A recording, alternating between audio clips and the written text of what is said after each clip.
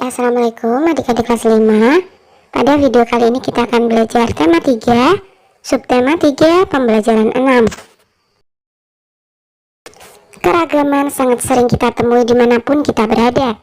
Bahkan pada makanan yang kita makan pun terdapat keragaman.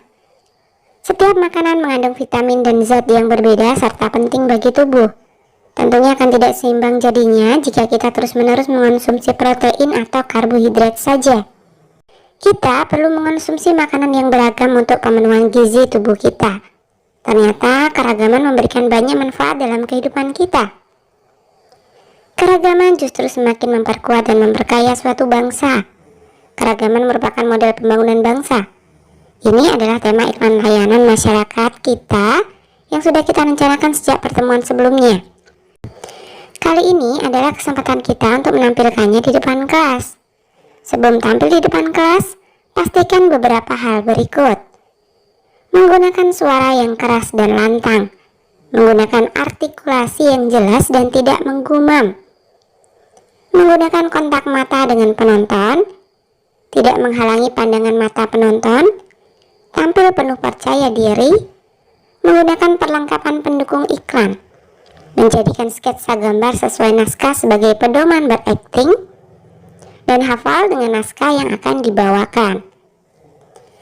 Saksikanlah iklan layanan masyarakat yang ditampilkan oleh kelompok-kelompok yang lain. Isilah kolom berikut ini setelah kamu selesai menyaksikan penampilan teman-temanmu. Nah, misalkan saja kelompok 5. Kata kunci dalam iklan, persatuan dan kesatuan, kemudian keberagaman tari daerah. Contoh keberagaman yang terdapat dalam iklan, keberagaman tarian daerah dan keberagaman suku bangsa. Mana keberagaman yang terdapat dalam iklan? Keberagaman membuat persatuan dan kesatuan semakin kokoh. Refleksi, apakah aku sudah memberikan kontribusi bagi kerja kelompokku? Misalkan saja saya sudah berkontribusi bagi kerja kelompokku dalam pembuatan iklan.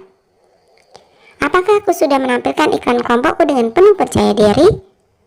Kelompokku sudah tampil dengan percaya diri. Apakah yang akan aku lakukan agar kerja kelompok menjadi jauh lebih baik? Agar kerja kelompokku lebih baik, maka harus lebih banyak berlatih. Manakah yang lebih baik? Bekerja sendiri atau bekerja dalam sebuah kelompok? Berikan pendapatmu. Bekerja kelompok lebih baik daripada bekerja sendiri, karena dengan kerja kelompok, pekerjaan cepat selesai. Dalam sebuah kelompok, kita berhadapan dengan keanekaragaman. Perbedaan pendapat pasti terjadi. Tetapi bekerja sama dalam keberagaman mengajarkan kita untuk bertoleransi. Apakah kelebihan bekerja seorang diri? Melatih kemandirian karena berusaha menyelesaikan sendiri dengan sebaik mungkin. Lebih fokus dalam mengerjakan pekerjaan. Lebih rileks dan nyaman dalam mengerjakannya. Sebutkan kekurangan bekerja seorang diri. Tidak ada teman yang bisa dimintai pendapat. Pekerjaan lebih lama selesai jika dibandingkan dengan bekerja sama. Kurangnya tambahan wawasan. Dan bekerja sendiri lebih lelah dibandingkan bekerja bersama-sama. Apakah kelebihan bekerja dalam sebuah kelompok? Pekerjaan lebih cepat selesai. Pekerjaan terasa lebih ringan. Melatih kerjasama dengan orang lain. Dan dapat membagi pekerjaan dengan sesama anggota kelompok. Sebutkan kekurangan bekerja dalam sebuah kelompok. Tidak adil dalam pembagian tugas. Ada anggota kelompok yang mendominasi pengambilan keputusan. Sukar konsentrasi karena banyak orang. Dan memungkinkan pengambilan keputusan berlarut-larut. Keragaman corak batik Nusantara merupakan kekayaan yang tak ternilai bagi bangsa Indonesia. Corak batik yang beragam motif dan warnanya tidak hanya menampilkan keindahan dan keunikan tersendiri, tetapi juga syarat dengan makna-makna hidup yang luar biasa. Batik tidak hanya berasal dari satu daerah, misalnya Pulau Jawa. Namun, batik juga berasal dari daerah lain dengan ciri khasnya masing-masing, seperti batik Bali, batik Kalimantan, batik Minangkabau, batik Toraja, batik Flores, batik Halmahera, dan batik Papua. Pada pertemuan sebelumnya, kamu sudah membuat motif batik di selembar kertas gambar A4. Jika belum selesai dengan pewarnaannya, selesaikanlah pekerjaanmu. Cari tahu tentang makna motif batik yang kamu buat. Jika motif batik tersebut merupakan hasil karyamu sendiri, jelaskan pula makna motif batik yang terkandung di dalamnya. Setelah selesai, presentasikan hasil karyamu di depan kelas.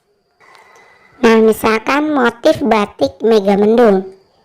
Mega mendung dapat diartikan dengan awan mendung yang bermakna setiap orang harus mampu menahan amarahnya dalam keadaan terpuruk atau sedih dan bisa mengontrol emosinya di segala kondisi. Maknanya cukup dalam. Kita harus mampu menahan emosi saat kondisi tidak baik, seperti awan mendung di langit. Menurut sejarah, adanya batik mega mendung lahir dari pengaruh kebudayaan Cina yang dibawa oleh warga keturunan Tionghoa sewaktu masuk ke wilayah Indonesia. Faktor lain yang menguatkan pengaruh kebudayaan Cina adalah salah satu tokoh penyebar agama Islam yang cukup berpengaruh di wilayah kota Cirebon yang bernama Sunan Gunung Jati. Menikah dengan seorang wanita Tionghoa bernama Om Tim.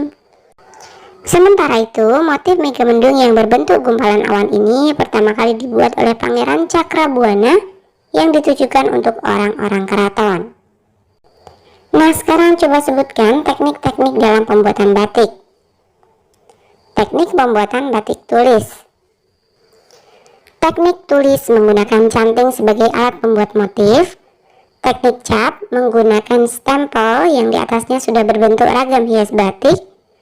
Dan teknik cetak atau sablon. Sebutkan macam-macam motif batik Nusantara. Motif kawung, motif tiga negeri, motif jombang, motif mega mendung, motif sulur anggrek, motif beasan, motif lasem, motif sekar jagad, motif Palembang, motif Papua. Apakah manfaat keberagaman budaya bagi suatu bangsa? Menumbuhkan sikap nasionalisme, identitas bangsa di mata internasional, alat nomor satu bangsa sebagai ikon pariwisata, menambah pendapatan nasional, memupuk sikap toleransi dan sumber pengetahuan bagi dunia. Oke, sampai di sini dulu video kali ini ya. Sampai jumpa di video berikutnya.